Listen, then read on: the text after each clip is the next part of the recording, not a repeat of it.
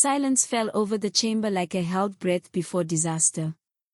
Cameras rolled as voices sharpened, hands trembled, and a single exchange detonated months of buried tension. What began as procedural testimony spiraled into open confrontation, exposing fractures officials struggled to conceal. Papers shuffled in panic, aides whispered urgently, and security shifted uneasily as accusations cut through rehearsed comm. Behind closed doors, emergency messages spread faster than explanations. Outside, citizens watched disbelief harden into fear. Something inside the committee had broken. A truth hovered, dangerous, destabilizing, impossible to ignore. And as the microphone stayed live, the confrontation crossed a line that could not be uncrossed. The hearing room is flooded with unforgiving white light, reflecting off polished desks and rows of microphones aligned with surgical precision. Officials sit rigidly, shoulders squared, faces composed for the cameras. Every movement is measured. Every breath feels rehearsed. Yet beneath the formal calm, unease spreads silently. Aides move along the back wall, passing folders without eye contact.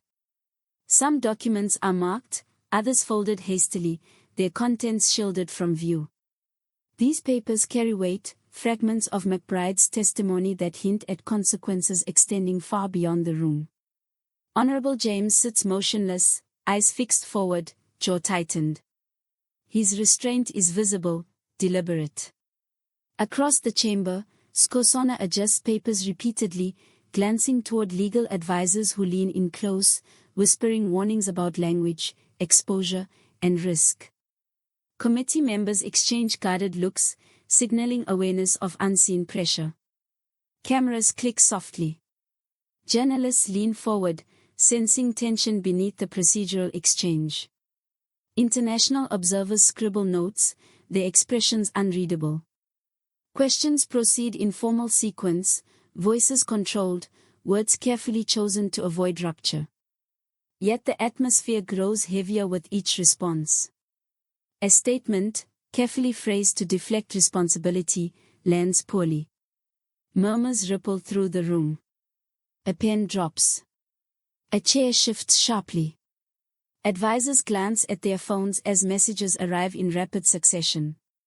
The illusion of control begins to crack. James lifts his head. The room stills. His voice cuts through the noise, not raised, but sharpened with intent. He challenges the statement directly, referencing inconsistencies that had not been acknowledged publicly. Gasps echo softly. Skhosana freezes, eyes narrowing, while the chair hesitates, unsure whether to intervene. Protocol fractures in real time.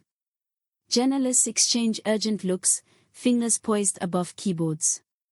The chamber no longer feels contained. It feels exposed. And as James presses forward, ignoring gestures to pause, it becomes clear that the hearing has crossed a threshold into territory no one prepared to defend. The room erupts the moment the challenge is voiced. Chairs scrape against the floor as committee members lean forward, some gesturing sharply, others retreating into rigid silence. The chair's gavel strikes once, then again, each swallowed by rising voices. Cameras zoom in, red lights blinking urgently as the exchange intensifies.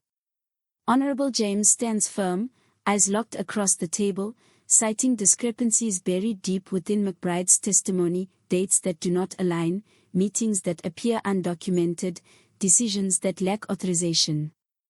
Skhosana responds with controlled urgency, voice measured but strained. Papers are shuffled, pages flip too quickly.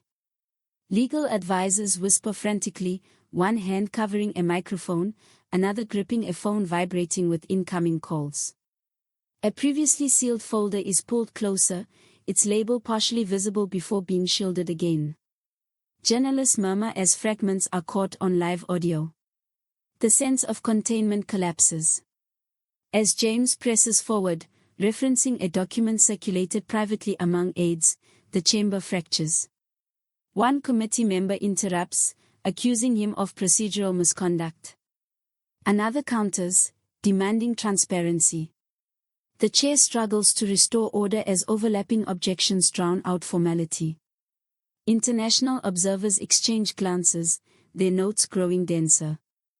Outside the room, alerts begin flashing across foreign news desks, framing the confrontation as a sign of institutional instability. Then a single phrase changes everything. James mentions an unlisted annex tied to McBride's testimony, material not disclosed in the official briefing. The room freezes. Skhosana's expression tightens, eyes darting briefly toward counsel. Advisors stiffen. A silence follows, heavy and unmistakable, broken only by the distant click of cameras. Phones light up across the chamber as emergency messages circulate. The chair calls for a recess, voice unsteady. But the damage is already done. The mention of the annex lingers in the air, unanswered, unresolved. And as officials rise hurriedly, it becomes clear that what was spoken cannot be withdrawn, and that the crisis has only just begun. The recess offers no refuge. Corridors outside the chamber fill instantly with hurried footsteps and hushed arguments.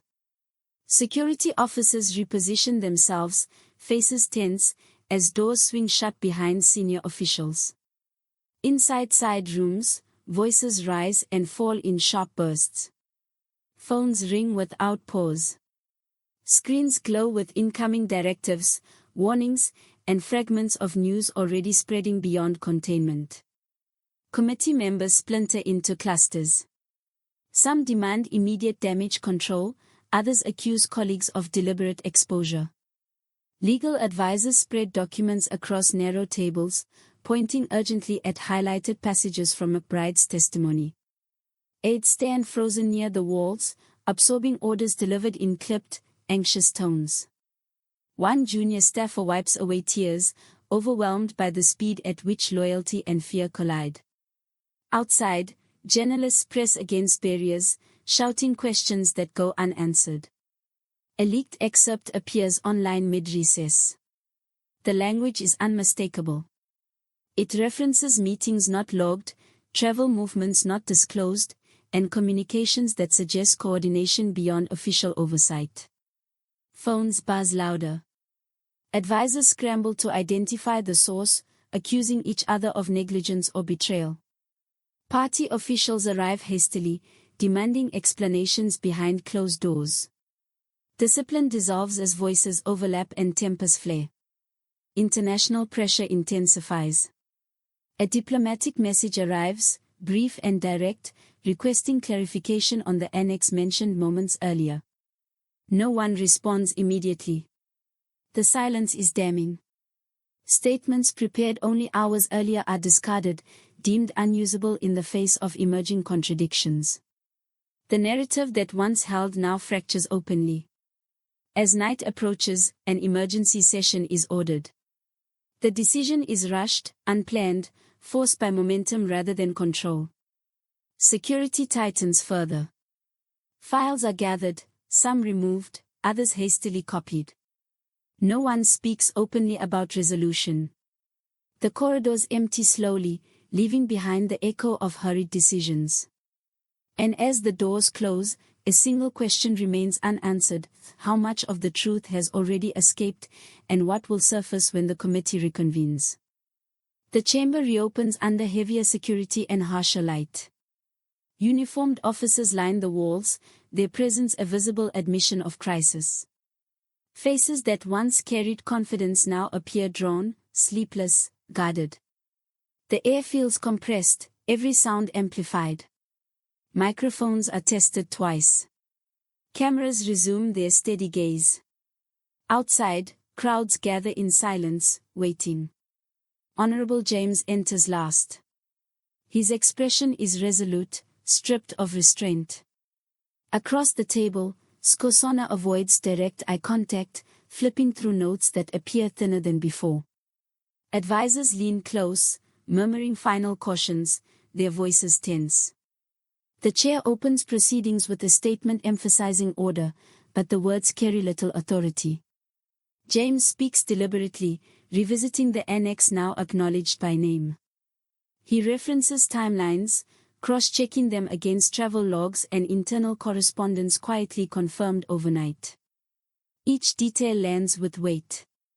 Committee members shift uncomfortably as contradictions surface in real time. Skhosana responds slowly, explanations faltering under scrutiny. The language grows defensive, evasive. Cameras capture the moment discipline gives way to uncertainty. Documents are projected briefly, redacted, incomplete, yet revealing enough to spark outrage. Journalists whisper urgently. Observers exchange alarmed looks. A diplomatic note is entered into the record, expressing concern over governance standards and institutional credibility. The room absorbs the implication in stunned silence. As tension peaks, proceedings halt abruptly. Advisors rush forward, conferring in low, urgent tones. The chair calls an unscheduled suspension, voice strained. No conclusions are offered. No accountability is declared. Only unresolved exposure remains. Officials rise slowly, avoiding cameras. Outside, reaction swells into anger and disbelief. Inside, the system stands visibly weakened, its moral authority shaken.